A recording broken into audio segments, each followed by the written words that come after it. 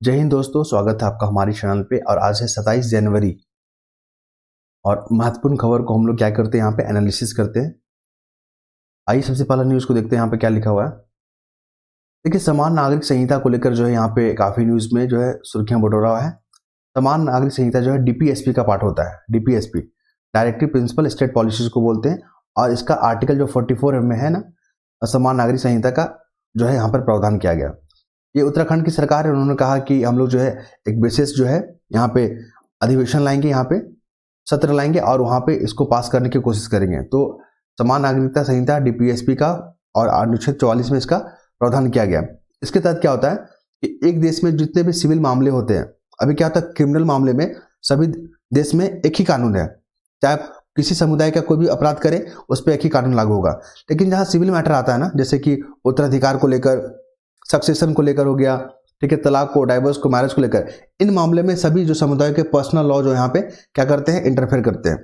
तो ऐसा नहीं होना चाहिए, उसके लिए भी एक ही कानून होगा। तो ये कहता है समान नागरिक संहिता। क्लियर है। फिर हम लोग बात करेंगे, फ्रांस जो है इस बार भारत का जो है रिपब्लिक डे में क्या है, मुख्य अतिथि के तौर पर जो है रहा है। याद रखिएगा, ये वीवीआई बन जाएगा, इंपॉर्टेंट क्वेश्चन है। और यहाँ पे रक्षा जो साझेदारी है उसको मजबूती करने को लेकर यहाँ पे वार्ता की गई है। और फ्रांस जो है रक्षा आपूर्ति करने में भारत का दूसरा जो है ये है सहयोग करता है, दूसरे नंबर पर आता है। फिर हम लोग बात करेंगे आदित्य L1। ये जो है ना सूर्य को लेकर जो है हमारा मिशन है। ये करीब 15 लाख किलोमीटर दूर जो है ये मिशन भेजा गया था और वो अपने कक्षा पे स्थापित है। देखिए यहाँ पे L1 एक पॉइंट है जिसको लैग्रेंजियन बिंदु बोलते हैं। इसका मतलब क्या होता है, L1 का मतलब क्या होता है, लैग्रेंजियन बिंदु। ये क्या होता है, जैसे मान लीजिए सूर्य है, सूरज है ये, और ये पृथ्वी है। तो इसका ग्रेविटी और इसका ग्रेविटी जब दोनों एक ऐसा पॉइंट मिलेगा यहाँ पे जहाँ पे दोनों का ग्रेविटी जो ना काम करना बंद कर देगा, मतलब यहाँ पे न्यूट्रल हो जाएगा ना, आप इसको खींच पा रहे हो ना ये इसको खींच पा रहा है। तो इसी को बोलते हैं लैग्रेंजियन। ठीक है। और हमारा जो ये सैटेलाइट गया है यहीं पर स्टे करके सूरज का जो है ना, सूरज को ऑब्जर्व करेगा। क्लियर है। और यहाँ पे हम लोग देखेंगे मैग्नोमीटर बूम। ये क्या होता है पूछ देगा कि न्यूज में क्वेश्चन पूछता है कि मैग्नोमीटर बूम क्या है, खबरों में रहा था। तो ये क्या है, ये जो है चुंबकीय जो क्षेत्र है, ठीक है, चुंबकीय क्षेत्र का जो सूरज का जो चुंबकीय क्षेत्र उसको जो स्टडी करेगा। तो मैग्नोमीटर बूम यही है आपका। नेक्स्ट मूव करेंगे हम लोग अपने आर्टिकल पे। ये सारे जो है पॉलिटिक्स न्यूज है उससे हम लोग बचना है। हमारी जो इंपॉर्टेंट ये है, देखिए जो हमारे एग्जाम के लिए कहाँ पे महत्वपूर्ण रहेगा वो हमने इसको हाईलाइट करके रखा हुआ है। अभी देखिएगा, ये रहा। देखिए राज्यपाल ने नगा मुद्दे, मतलब नागालैंड के जो मुद्दे को लेकर जो यहाँ पे अपनी बात रखी है और समाधान निकालने की बात की गई है। तो आप लोग याद रखिएगा, नागालैंड में जो है ला गणेशन, नागालैंड के राज्यपाल है, याद रखिएगा इनका नाम। कभी कभी वनडे एग्जाम में पूछ लेता है मैचिंग के फॉर्म में। तो नागालैंड के जो गवर्नर है वो है ला गणेशम। और नागालैंड जो है ना मिजोरम को बाउंड्री शेयर करता है। कल हमने देखा था कि जो मिजोरम है, मिजोरम जो है कौन कौन से राज्यों के साथ बाउंड्री शेयर करता है। तो अरुणाचल प्रदेश हो गया, फिर मिजोरम हो गया, मणिपुर हो गया और नागालैंड हो गया। इस बार एग्जाम में पूछ रहा है, ठीक है, किसी ना किसी एग्जाम में पूछने वाला है, आप इसको ध्यान रखिएगा। फिर बात करेंगे यात्रा, न्याय यात्रा निकालेंगे। अभी कांग्रेस की पार्टी जो है, कांग्रेस के जो अध्यक्ष, पूर्व अध्यक्ष रह चुके हैं राहुल बाबा, मतलब राहुल गांधी, वो लोग जो है अभी न्याय यात्रा निकाले हैं। ठीक है, भारत जोड़ने का प्रयास कर रहे हैं वो। तो तमाम राज्यों में वो प्रयास कर रहे हैं। तो वहाँ की जो सरकार जो है उनका बोल रहे हैं कि वो सरकार जो है हमें सहयोग नहीं कर रही है। तो पब्लिक ऑर्डर और लॉ एंड जो बोलते हैं, लॉ एंड ऑर्डर जिसको बोलते हैं, ठीक है, तो आप उसको तोड़ के अगर आप चाहोगे कि हमको प्रिविलेज मिले तो पॉसिबल नहीं ना है। तो इस तरह की बातें यहाँ पे देखने को मिलेगा, आप देख सकते हैं यहाँ पे। फिर बात करेंगे महावत। देखिए देश की जो पहली जो महिला महावत, याद रखिएगा, पद्मश्री जो है मिला उनको, पहली महिला महावत, याद रखिएगा, ये पद्मश्री इनको मिला है और ये पहली महिला है महावत। हम लोग जानेंगे यहाँ पे जो है महावत का अर्थ क्या होता है, महावत का कार्य क्या होता है। देखिए यहाँ पे महावत का क्या कार्य होता है। महावत उन लोगों को कहते हैं जो जंगलों में जो हाथियां जो रहते हैं ना, हाथी को प्रशिक्षण करके जो मानव और हाथी के बीच में जो संघर्ष होता है उसको कम करने की कोशिश करती है, उसको महावत बोलते हैं। तो यहाँ पर डिफरेंस ध्यान रखिएगा और महावत का मतलब आप लोग समझ में आ जाएगा। क्लियर है। फिर बात करेंगे यहाँ पे बिहार सरकार के बारे में बात करेंगे। यहाँ पे बिहार सरकार क्या है, 10 लाख जो सरकारी नौकरियां जो है प्रदान करने की यहाँ पे लक्ष्य रखा गया है और ये अपने लक्ष्य की ओर बढ़ भी रहा है। देखिए बिहार सरकार में जो है बीजेपी का गवर्नमेंट नहीं है, लेकिन फिर भी जो नौकरी को लेकर जो इनका जो प्रयास है ना काफी बेहतर रहा है। और यहाँ पे बात करेंगे कि इन्होंने जो 10 लाख जो नौकरियां की बात की है उसमें से 3 लाख, 3.5 लाख जो है नौकरियां दे चुकी है, यहाँ पे डाटा दिया गया है। और यहाँ पे बात की गई है, आप हाल में ही देखा था कि जो टीचर का जो वैकेंसी आया था ना, लाखों में वहाँ पे वैकेंसी आया था, वो भी गवर्नमेंट वाला पोस्ट जो था, लाखों में वैकेंसी आया था। और मुझे नहीं लगता कि किसी राज्य में इस तरह के आंकड़े देखने को मिलेगा अभी फिलहाल। तो फिर यहाँ पे बात की गई है कर्पूरी ठाकुर, जिनको जो है भारत रत्न दिया गया है। आपको पता ही है जो कर्पूरी ठाकुर जो है बिहार के जो है जाने माने शख्स हैं, काफ़ी जो है इनका बिहार में इनकी जो ओहदा है काफ़ी बड़े रहा था, और इनको जो भारत रत्न दिया गया है। तो उसमें जो एक बात यहाँ पर देखने को मिल रहा है कि वो जो है वंचित और समाज के जो पिछड़े वर्ग है उनको जो सशक्त करने में इनकी जो भूमिका है ना, काफ़ी अग्रणी रहा है। और बिहार के गवर्नर का नाम याद रखिएगा, राज्यपाल राजेंद्र विश्वनाथ है, यहाँ पे याद रखिएगा, ठीक है। एग्जाम में पूछे जा चुके या पूछने की संभावना बनेगा। फिर बात करेंगे यहाँ पे पद को लेकर। देखिए कल हमने एक न्यूज़ पढ़ा था मध्य प्रदेश का, जहाँ पे मध्य प्रदेश का एक एसडीएम था, जिले का एसडीएम था। उन्होंने क्या किया, उसके जूते का जो फीता जो खुला हुआ था, तो उसकी जो महिला कर्मचारी थी ना, उससे जो है उसने जूता बांधने के लिए आई, जूता का फीता बांधने आई, और उसने रोका भी नहीं, संकोच भी नहीं किया, उसने बांधने दिया। तो इसी को लेकर जो है फोटो वायरल जो है सोशल मीडिया पे हुआ, और समाज के कई वर्गों में ये जो है आपको वायरल देखा गया, पूरे राज्य भर में हुआ। तो इससे गलत मैसेज गया समाज में कि आप इस तरह का जो है आप कार्य कैसे कर सकते हैं। अगर मान लीजिए आपको इन्होंने, फिर जब इसके एवज में पूछा गया कि आप इसमें क्या सफाई देना चाहते हैं, तो उन्होंने बोला मेरा स्वास्थ्य ठीक नहीं था, मुझे पैर में चोट लगी थी, इसलिए मैं मूव नहीं कर पा रहा था। तो इस कारण से वो जो महिला कर्मी जो थी, कनिष्ठ जो कर्मी थी, वो आके जो मेरा जूता का फीता बांधी। ये तो ठीक है, लेकिन इन्होंने जब फिर इधर से बोला गया कि अगर आपको स्वास्थ्य ठीक नहीं था, अगर आपको प्रॉब्लम थी, तो आप अवकाश ले सकते थे, छुट्टी का प्रावधान है आपके लिए। आप इस तरह का जो कृतज्ञ किए हैं वो समाज में गलत मैसेज गया है, और फिर इनको जो है तबादला कर दिया गया। तो इसी के आर्टिकल को लेकर पूरा नैतिक बारे में बात की गई है, किस तरह जो नौकरशाही जो है जनता पे हावी हो जाता है। नौकरशाही अपने को जो है सामंत सरकार, जिसको यहाँ पर लिखा गया है, सामंती व्यवहार करने लगते हैं। सामंती व्यवहार का मतलब क्या होता है, मान लीजिए गवर्नमेंट है, और ये जो अधिकारी लोग होते हैं वो अपने आप को जो है गवर्नमेंट समझ लेते हैं कि हम ही जो है यहाँ पे करता धरता है, लोगों का माई बाप हम ही हैं, ठीक है, हम ही सब कुछ है। तो इसको बोलते हैं सामंती व्यवहार। आप इसको ध्यान रखिएगा शब्द को, ये आर्टिकल में आपको शब्दों की जो है समझ जो है विकसित होने के लिए काफ़ी है यहाँ पे। फिर हम बात करेंगे इस आर्टिकल पे, देखिए आर्थिक विकास को लेकर। देखिए हमारा जो आर्थिक विकास है, जो है इकोनॉमिक ग्रोथ जो है ना, बढ़ रहा है, लेकिन चुनौती क्या है यहाँ पे? चुनौती क्या है कि रोजगार की जो संख्या है, रोजगार जो है ना, जो सृजन नहीं हो पा रहा, ये बहुत बड़ा चुनौती है। तो सबसे पहले हम लोग इस आर्टिकल में देखेंगे, तो बात की गई है आर्थिक चुनौतियां। हमारे पास आर्थिक चुनौतियां क्या क्या, क्वेश्चन अगर पूछेगा कि भारत की आर्थिक चुनौतियां क्या क्या है, तो आपको बताना होगा यहाँ पे। देखिए भारत में जो आर्थिक चुनौतियां वो है महंगाई को लेकर है, महंगाई, बेरोजगारी, भूखमरी, आर्थिक असमानता, ठीक है, आर्थिक असमानता, गरीबी।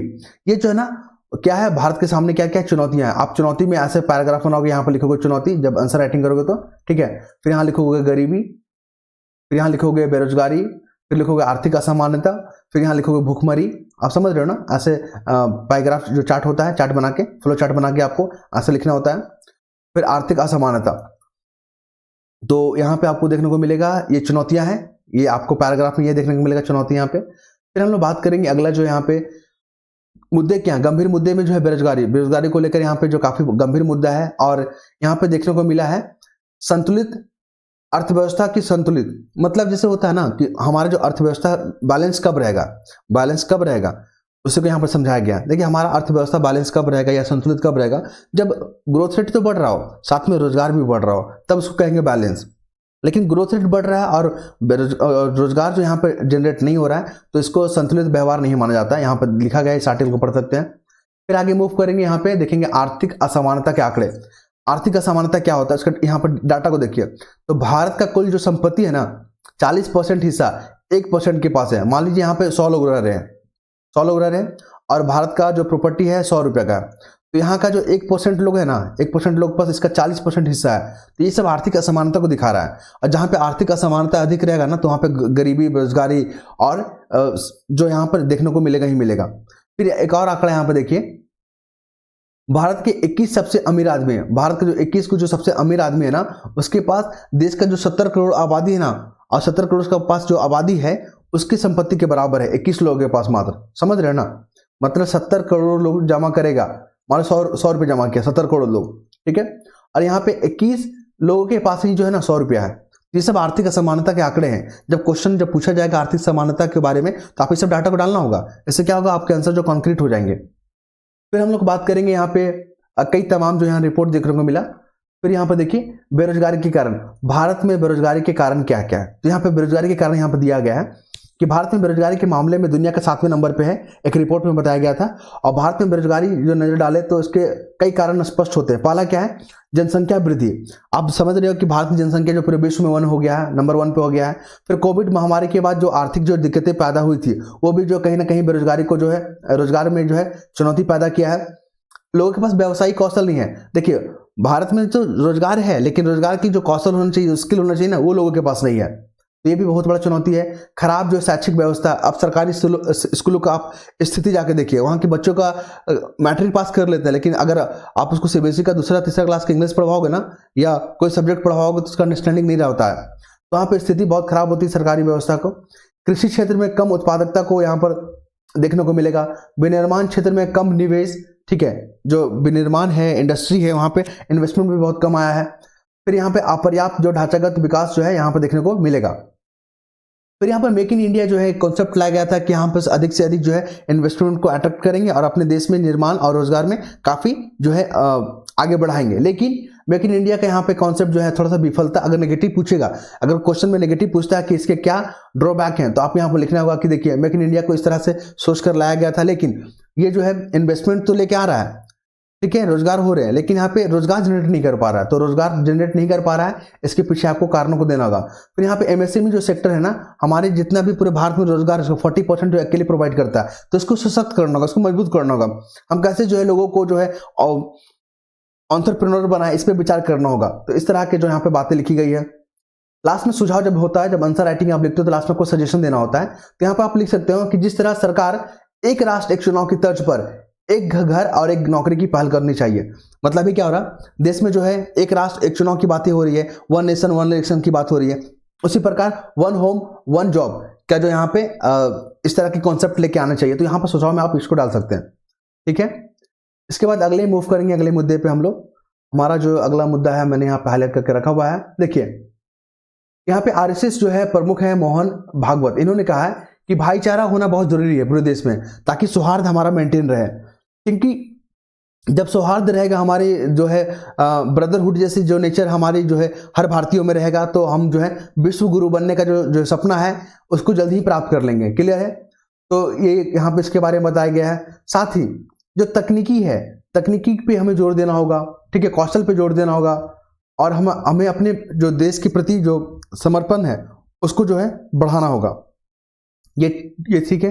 यहाँ पर देखिए ये है राहुल गांधी जो है, इन्होंने आरएसएस की जो कोशिशों को बोला कि अंधा नुकर न करें। मतलब ये कहना चाहते हैं कि आरएसएस जो बोलेगा भारतीय लोग उसको आंख बंद करके फॉलो नहीं करेंगे, ठीक है। तो इस तरह की बातें यहाँ पर देखा गया है, आप यहाँ पर देख सकते हैं।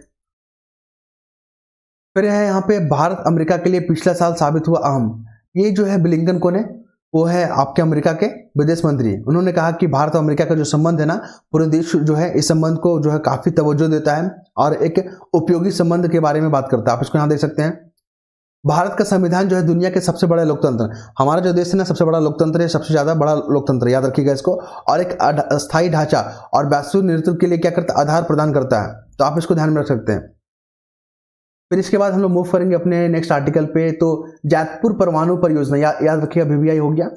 एग्जाम वनडे एग्जाम के लिए तो काफी महत्वपूर्ण हो गया ये वाला कि जैतपुर परमाणु परियोजना कहाँ है, तो महाराष्ट्र में है ये। और भारत और फ्रांस जो है मिलकर इस पे जो है काम कर रहा है। क्लियर है ये।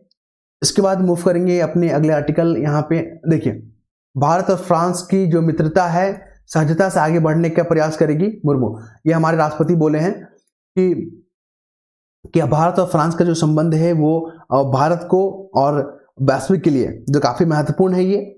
और यहाँ पे मुर्मू ने कहा कि जहाँ स्वतंत्रता, समानता, बंधुत्व और न्याय को साझा मूल्य और भारत फ्रांस को जोड़ता है, वहीं दोनों देशों के बीच संबंध भी गहरे होंगे।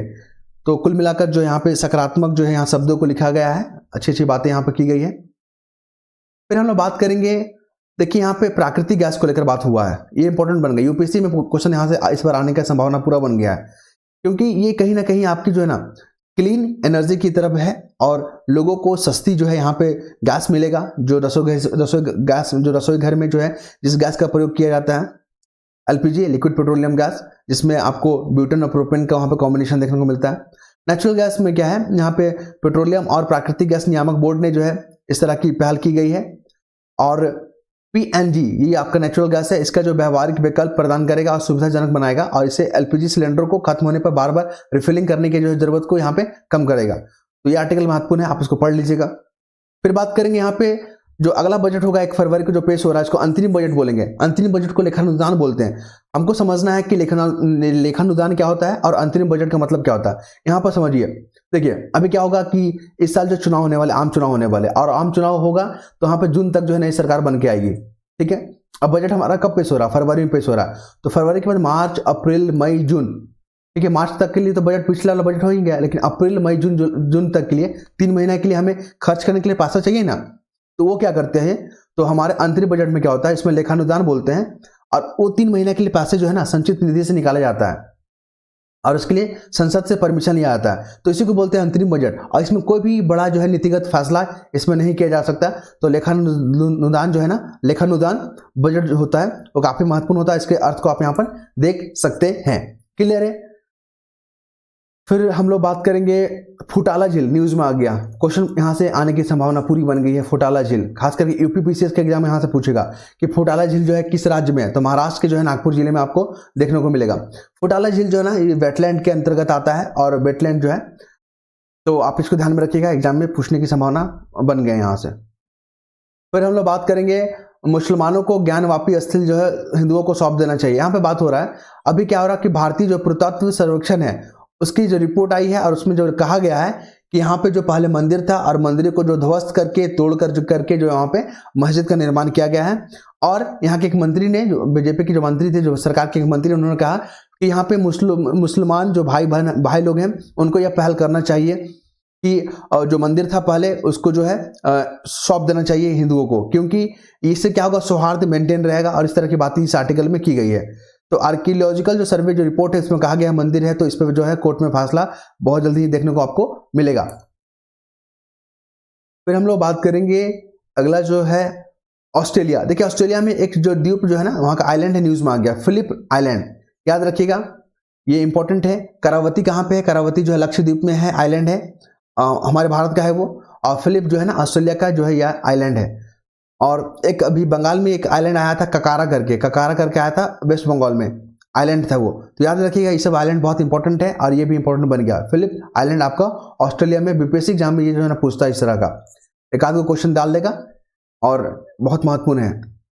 फिर हम लोग बात करेंगे नाइट्रोजन गैस को लेकर। देखिए अभी क्या हुआ, अमेरिका में जो है ना क्या बोलते हैं उसको, फांसी की सजा के लिए जो है ना नाइट्रोजन गैस का यहाँ पे प्रयोग किया गया है। क्या किया गया कि जो दोषी थे, जिसको सजा मिला था, उसको जो है एक क्या बोलते हैं उसको, गैस, फेस मास्क लगा दिया गया चेहरे पे, और उसको नाइट्रोजन गैस जो है वहाँ पे इनहेल किया गया, ताकि उसकी बॉडी से ऑक्सीजन की मात्रा घटे और उसकी मृत्यु हो गई। तो यहाँ पर लेकर जो ये आर्टिकल छपा हुआ है आप यहाँ पर देख सकते हैं। एग्जाम में पूछ सकता है नाइट्रोजन से क्वेश्चन, क्योंकि जहाँ जिस एग्जाम में साइंस का क्वेश्चन रहेगा, साइंस से पूछने तो वहाँ पर नाइट्रोजन गैस को यहाँ पर लेकर पूछेगा। नाइट्रोजन का पूछेगा एटम नंबर क्या होता है, फिर एटॉमिक मास क्या होता है, ठीक है, इलेक्ट्रॉनिक कन्फिगरेशन पूछ देगा। तो नाइट्रोजन गैस न्यूज में आ गया है, तो आप इसको ध्यान में रखिएगा। इसका एटॉमिक स्ट्रक्चर पूरा पढ़ लीजिएगा यहाँ पे, और क्या क्या इसका यूजेस हैं, क्या इसका नेचर है, एग्जाम में बन सकते हैं। फिर हम लोग बात करेंगे नाटो को लेकर। देखिए नाटो को लेकर जो इसका संगठन है 1949 में बना था, ये नॉर्थ एटलांटिक ट्रीटी ऑर्गेनाइजेशन है। और इसमें जो देश है स्वीडन इसका मेंबर बनना चाहता है, और क्या है फिनलैंड इसका मेंबर बनना चाहता है। तो उसी को लेकर जो कवायद किया जा रहा है, आप याद रखिएगा, एग्जाम में BPSC एग्जाम में खास करके ये लोग पूछ सकता है ये। और स्पोर्ट्स सेक्शन में मुझे कुछ खास नजर नहीं आया, और आई होप आप लोग हमारे कंटेंट को समझ रहे होंगे। धन्यवाद।